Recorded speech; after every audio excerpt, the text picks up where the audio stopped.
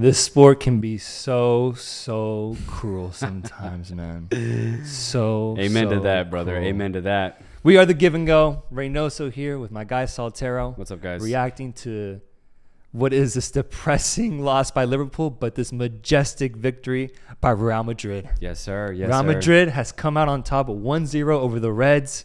What a match we just saw. What a game, bro. What a game. Goodness, man. So entertaining, so tight, and a little confusing at times. Yeah, some weird decision making. Yeah. But at the end of the day, Real Madrid are crowned champions of Europe yet again amidst one of the most incredible runs I've ever seen. Yeah. Definitely. One of the just craziest Champions League runs in general, but over the last 10 years, incredible. 5th time raising this trophy in the last 10 years. Insane. Why don't we look through some of these highlights and see how the game panned out and what were the key moments in this match that define the game and define the outcome. Yeah, let's take a look. Courtois, man. What a performance. This is an iconic goalkeeping performance, man. Oh, dude, look at this. That first save. First off, great control by Mane, great cut towards the center, and a beautiful whipping shot towards that near post. But Courtois, bro, that shouldn't have been saved, man. That was a goal. And he look at this, completely takes it out by himself. He said, no, I'm keeping my team in it. Yeah. And that he did, brother. And it was early on, too. At that point, once Mane had that shot, I thought we were going to start scoring. What did you think about this controversial decision to call this goal offside amidst this crazy movement and chaos that happened in like a 5-second span? Yeah, really chaotic play. Overall, I honestly think it's the right decision. I do. It's not, that touch isn't deliberate, right, from the defender. I think who was it? Fabinho? Yeah. For me, it just wasn't deliberate enough to be like, oh, this is a defensive pass or touch, and then it goes to an offside Benzema. For me, it's not deliberate, and it's offside. Yeah, and Benzema gets robbed of a goal. Well, not robbed, but he gets called off for the goal, and Liverpool stays in it. Look at this motion, though. It was a perfect initial cross, though, and great run from Benzema to even get it. He cuts it really well, but then from there, chaos. Yeah. And incredible that this kind of play happened in the final, man. It's so rare. But then finally, there's like a good 4 minutes of confusion. Federico Valverde with an incredible just drive down that lane. He had a great second half, and look who's at the end of it. Vinicius Jr., the star boy, man. The goal itself was perfect. Dani Carvajal on the right side completely opens up that midfield lateral ball. Then it goes wide to Valverde, and he just drills it.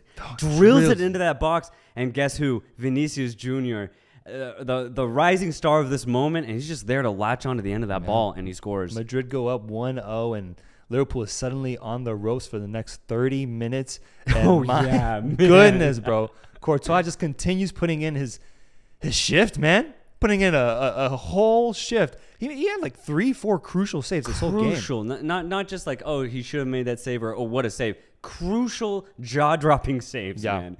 And this chance itself was really weird. Saw like just very tough angle, but Courtois is there. And then finally, around the 80th minute, Salah brings the ball down beautifully. Shot, but it's a little too central. Courtois makes the save. Yep. Beast mode activated. It's just so good from Courtois. MVP of the game for me. Yeah.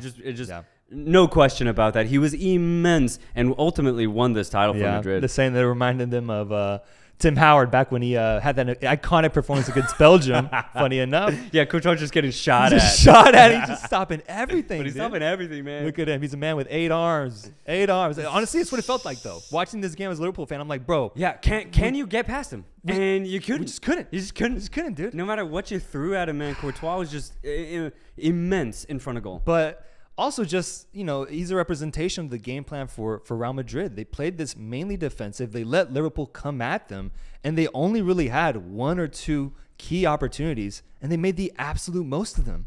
Yeah, it was pretty insane. Just going through this whole game, man, those first 20 minutes, I was certain that Liverpool was going to go up. Certain, bro. I thought they were going to take it 1-0, and even from there, I was like, this could end 2-3-0. Slowly, but the thing is, it's not really a surprise because we said it in the pregame. Liverpool, just on paper, is the better team. So the way that they started, the way that the rhythm of this game was going, I was like, okay, Liverpool's here to play, and they're playing the way that they've been playing this entire season.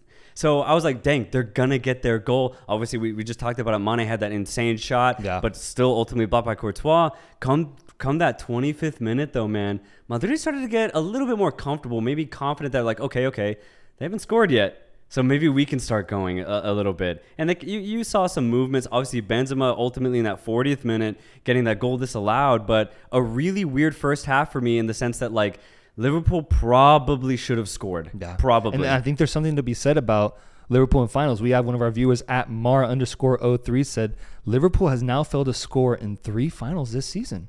Yeah, those domestic games went to penalties. They couldn't score in regulation.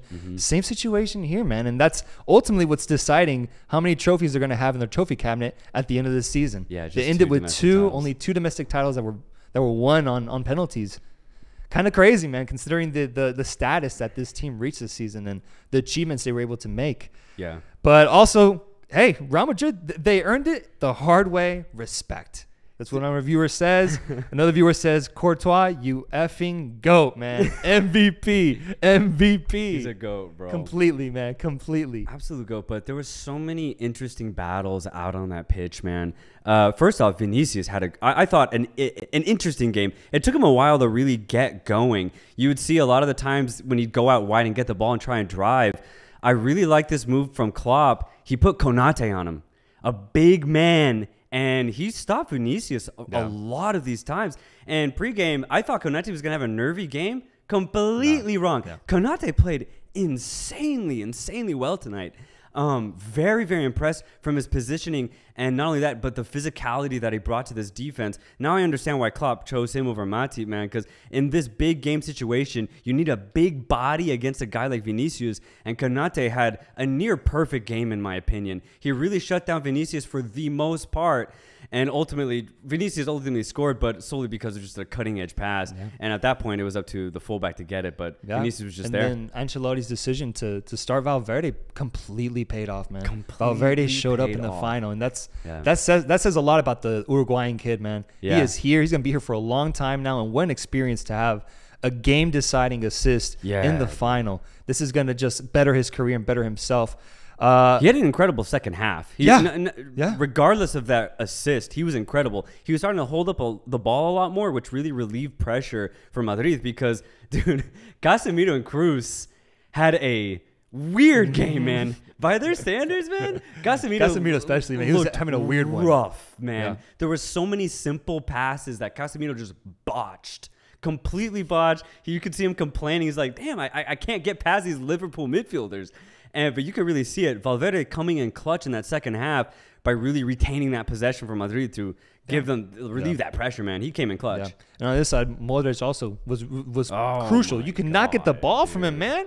Modric has a ball. I'm rooting for Liverpool this whole time, and every time Modric gets the ball, I'm just like, I will just rip it from the next guy because we're not going to get it from Modric, man. We're not. He controls that ball. He protects it so well. And he was actually an important part in the build-up to Valverde's assist. He was part of that creation. So just overall, Real Madrid put in a great team effort, and they come out on top now. And, dude, what is that, 6 titles now in the last 10? Yeah. 5 or 6? Fifth title in the last 10 years. So 50% of the time, Madrid's lifting a trophy. Those are good odds. Just flip a coin. Is Madrid going to win this year? And you can look at insane, dude. Courtois' decision, to leave Chelsea. I remember that was under the spotlight for a while, but it's finally paid off, man. He had himself a crazy man of the match performance, and he's now a part of this legacy of a Madrista, of the Bernabeu, of this whole squad. To be able to lift this title is going to mean a lot to him specifically. So absolutely, props to him, man. And there's something to be said about this whole scenario though, because honestly, man, how did Madrid win this game? Yeah, let's go through that. How did that happen? Because Liverpool, I would say for the majority of the game, were the better team. Even when they went down 1-0, they had a good 25 minutes to get back into this game. And not only that, but they got close. They were hounding the box. They had 5-6 players constantly in the box when they would go out wide to Trent, Salah, Mane, or Robertson, right? They were crashing the boards offensively, but it just wasn't falling. Kind of how one of the viewers said, like, Liverpool are failing to score in these big moments. But it's kind of what I was getting at the beginning of this game. What does this ultimately come down to? It doesn't matter how good these teams have been in the past, like game, even last week, Madrid, you know, tying against Betis or whatever it was. It doesn't matter. It doesn't matter that Madrid right now are in the weaker league of La Liga and that Liverpool are in the best league of the Premier League. It doesn't matter, because what ultimately matters in these games, man, really is the history, the mentality. These Madrid players only know how to win, man. And for Liverpool, they were facing their demons tonight, and they couldn't beat them. Yeah. And dude, you look at how this journey started for Real Madrid. It started with them losing to Sheriff. Oh, yeah. You remember that? They lost in the group stage, and they were struggling a little bit. They make it out, and they face off against PSG. They're picked to not win that matchup by most experts, and they come out and they pull off an incredible comeback. They shut their haters up, and they go through. They then face Chelsea in the quarterfinals, and that was a whole story in of itself, man. Yeah, exactly. And then you look forward, Man City. That's where everyone was like, all right, this is where we'll draw the line. This is it. They're not making it past it anymore. And it's done. Coming that 90th minute of the second leg, statistically, Madrid had a 1% chance of going through. And here they are lifting the trophy they 3 weeks later. And the same thing this time. And even we were saying that Liverpool were the favorites going into this match. They yet again do it. You got to talk about this as one of the best runs we've ever seen in this tournament, man. To essentially be underdogs in that sense, or just not be picked in every matchup. Incredible, bro. Yeah, it's absolutely incredible, but it's just so impressive. And I think when it gets to these later stages, no matter who you are, no matter Manchester City, obviously you know this by the semifinals, Liverpool, one of the best teams in the world right now. You know, no matter who you are, if you're Bayern, you're Chelsea, you're Atletico, you're Juventus, you're Milan, if you're playing Madrid in a knockout stage, there's no guarantees. It doesn't matter how good you are. The legacy of Madrid is just too big to deny, to ignore, and we see it at full fruition here with Madrid lifting this trophy. At Crush says Valverde is a crack. That he is. I agree. At D-Roy says Trent Alexander-Arnold gave away this one. Tough. At J Ram T1 says Real Madrid won with defense. Great defense. Go Blancos. Yeah. A lot of appreciation from the Madridistas out there. Defensively, you gotta be proud of this performance, man. Absolutely. Defensively, I thought they were going to be a little bit more loose, a little bit more open. And obviously, the thing is, they still kind of were, right? Liverpool got their shots off. But ultimately, Madrid's defense kind of came through. Dani Carvajal really shut down, I thought, his side of the pitch, especially defensively. You could say most of the fullbacks defended like their guys pretty well, bro. The wingers struggled in this game on both teams, I would say. Yes. That's the exact point I was kind of getting at, is like Mendy rarely went forward. Rarely. But defensively, very solid. Man. And then for Liverpool, Trent and Andy Robertson were actually very efficient in shutting down Valverde and Vinicius, at least for the whole 90 minutes, right? I thought they were very impressive from the fullback perspective for both teams. No, Salah could not break Mendy, man. He couldn't. And then Carvajal had a field day with Luis Diaz, if we're being honest, man. We're being honest, he played him great, man. Dude, yes, bro. Subbed out by like the 65th minute because he just couldn't make the impact that we're so used to seeing Luis Diaz make. And Diaz had almost that was no tough impact, for bro. Liverpool to not have that effect on the flanks as they're usually used to. I think that actually played a big role in deciding this game. Completely agree, man. Man, so now if you're Liverpool, how do you feel going forward, man? This is gonna weigh on you, man. That's 3 Champions League matchups now against Real Madrid in the knockout stages that you don't win, man. Yeah, that's tough. That's a mental obstacle that they're gonna have to overcome. It's a mental obstacle, absolutely. My question is, moving forward into the Champions League next season, who do we see potentially being back here in this final as a potential contender? Is Liverpool going to have another chance? Is Real Madrid going to find themselves back here? Or are we going to have 2 completely new squads? Yeah, the way I see it, and it's something that we've alluded to a lot on our podcast, is I think the Premier League is too competitive. The prices are too high to ignore, man. And so what I really see for the for UEFA Champions League next year, I see a Premier League team like Liverpool or Manchester City making a deep run for the UEFA Champions League. I don't know. I struggle to say Liverpool, although I know that they'll have that motivation of just losing in this final yet again. I mean, if we remember last time they lost in the final, they came back and they won it. So maybe they have that, but Man City's improving their squad, man. Huge additions already, and the summer isn't even over. Yeah. Real Madrid, I could see them improving. Chelsea, throw them in there. They're always an opportunity. Bayern Munich as well. Yeah, absolutely. I think I'm gonna go with Man City. I think so, dude. Man City, Real Madrid next season. Yeah, yeah. Man City, Real Madrid next season. Yeah. At this point, I struggle to not pick Real Madrid because of the legacy behind that team, man. Yeah, man. So yeah. it'll be a fun offseason to see what decisions these guys make to set themselves up for a successful offseason. Ancelotti, man, let's give some credit to the coach here. Wins the Champions League, wins the league. The most successful manager in Champions League history. Yeah. That says something right there, bro. It really does. My favorite take of Ancelotti, and it just makes sense. He knows how to manage big stars, or he knows how to manage ego. He's done it time and time again. Here he is yet again. Like no matter the situation, Ancelotti has some sort of solution.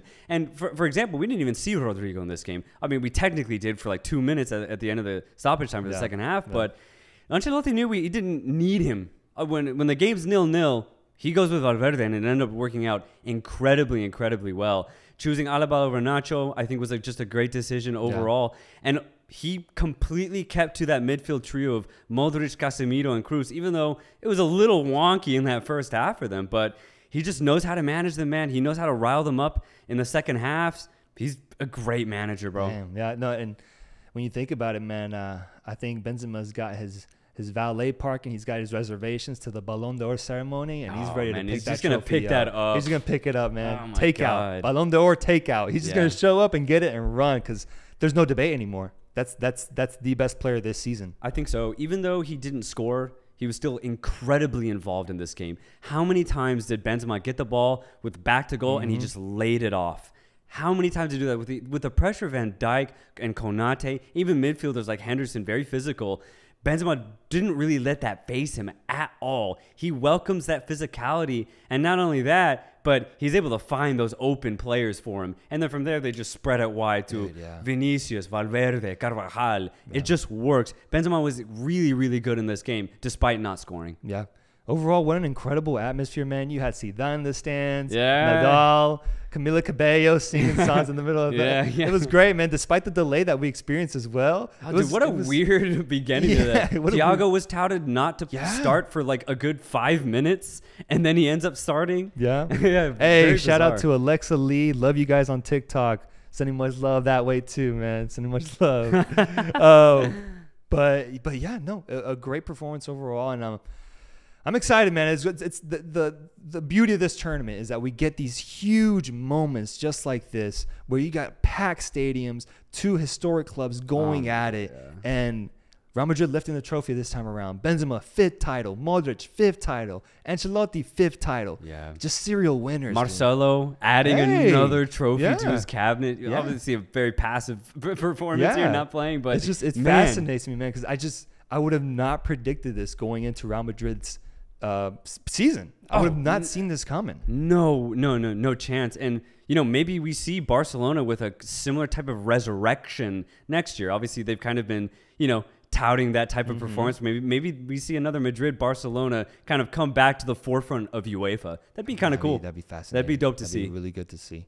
On the other hand, Liverpool, I just hope that they can take the weight of this loss and use it to their advantage. They still had an incredible season. It's unfortunate that it didn't result in the amount of trophies they thought they could have achieved, but they still got 2. They still got a lot to hang their hats on. There's so much to be proud of. Losing 3 out of 63 games or something like that? Yeah, make it 4 now. But 4. Yeah, there you go. But still, ridiculous. Yeah, playing the most amount of games that they could possibly play this season.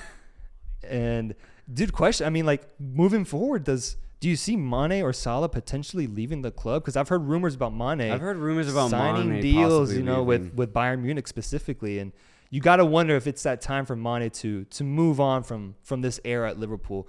I think he still has enough left in the tank to be able to compete at that high level. Yeah. I think Bayern would get a bargain if they were able to get Sadio Mane for 30 to 40 mil. Yeah, I think it's this. I think you could say the exact same thing about Mohamed Salah. I mean, Salah was still one of the best players in the Premier League. Despite not having maybe the best of games tonight, Mane and Salah are still, one of the best attacking duos, or make it trio if you add in Jota or Luis Diaz. They're still one of the best in the world and easily one of the best in the Premier League. So if any of those two guys leave Liverpool, I think it'll be tough to replace. Yeah. And I personally, I would not like to see it happen anytime soon. I think obviously eventually a player's time comes. You see Ronaldo, Real Madrid. We've seen it before with these big name players tied to big name clubs. But I still think, just as you said, Salah and Mane still have something to give Liverpool. Absolutely, and not just something, but titles. Yeah. I think it's in their best interest to keep them and try to find other facets of their formation to fill in instead of trying to replace those two players. I think they need a rest, man. They need a rest because they played all the Premier League and league games that they could possibly play, plus international games as well. They need a rest because I think at the end of the day, what we saw from Salah, this drop-off he had, a lot of it has to do with fatigue. But on the other hand, the Super Cup matchup is now Eintracht Frankfurt against Real Madrid. Yeah. And we got one of our viewers, Ghost of Kiev 2, saying Eintracht Frankfurt will get the W in the Super Cup. You heard it here first. That's a hot take, but hey, at this point, man. At this point, I'd love to see it. At this point, man, I mean, they both had similar runs where they defeated teams that were touted to be better than them. Right. And, I mean, hey, both great fan bases as well. Oh, yeah. That's going to be a really fun matchup to see those two face off against each other. Yeah, that'll be fun. J. Ram T. Wone says, so Real Madrid is getting Rudiger and Tchouaméni next season. Tchouaméni. Mm-hmm. Good luck, rest of Europe. Oh, yeah. Tchouaméni, that's the thing. So many of these youngsters in France, even though Ligue 1 isn't deemed as like one of the most competitive leagues, but so many of these youngsters come in and they go to these big clubs. Tchouaméni is going to be one of those players where he comes in and, you know, probably replaces Kroos, maybe even Casemiro based on the performance we saw tonight, man. Jesus. But yeah, adding in a player like that, good luck, because they just won with that type of midfield. If you improve that, Madrid is going to be so difficult. And I don't see Benzema losing form. I don't. Neither do I see Modric, man. Oh, my God. Dude, Modric could play the way he plays right now till he's 45. Yeah. Grandpa Modric, man. He could be out there just slinging balls. Spraying it, protecting it, treating it like it's his grandchild, man. He's like pure class. He's going to be so good for so long. He's pure class, man. No, if you're Real Madrid, it's only going to get better from here on out. I think so. Like I said, with the squad you had going into the season, it was not expected for you to do this. I think this is a massive overachievement. But in the good way, this is only going to better you going forward. So congratulations to any Madristas out there. Yeah. This is coming from a Liverpool fan. Fair play. Fair play. They just defeated them. Yeah, no controversy, in my opinion. A fair 1-0 win. And damn. Yeah, no. I think at the end of the day, Liverpool just could not break that final line. They could not break Courtois. Man, he's going to be remembering that game for a good time, man. That night in Paris for Courtois. Oh, man. And that's the thing. He knows it, too. Yeah. What a performance. But he's going to get so much praise, and rightly so. For me, one of the best final performances in UEFA from a keeper's perspective. Obviously, we've seen it on the international stage a lot, but from a keeper perspective in the UEFA Champions League, one of the best keeper performances I think I've ever seen. Courtois was immense. Yeah, going down the history books for sure, man. Yeah. Props to him. But, yeah, that's the final right there, man. That's the final. Yeah. That's the outcome. Real Madrid 1-0. Madrid. Congratulations to them, man. These are the Give and Go boys, Reynoso and Soltero. Thank you all for watching this stream. Make sure to follow us on TikTok, on Instagram at The Give and Go, where we talk all things world football, small teams, big teams, and everything in between. And thank you, Bleacher Report, for the opportunity to be here, live streaming the match and our reaction for you guys. So thanks a lot, guys, and we'll see y'all soon.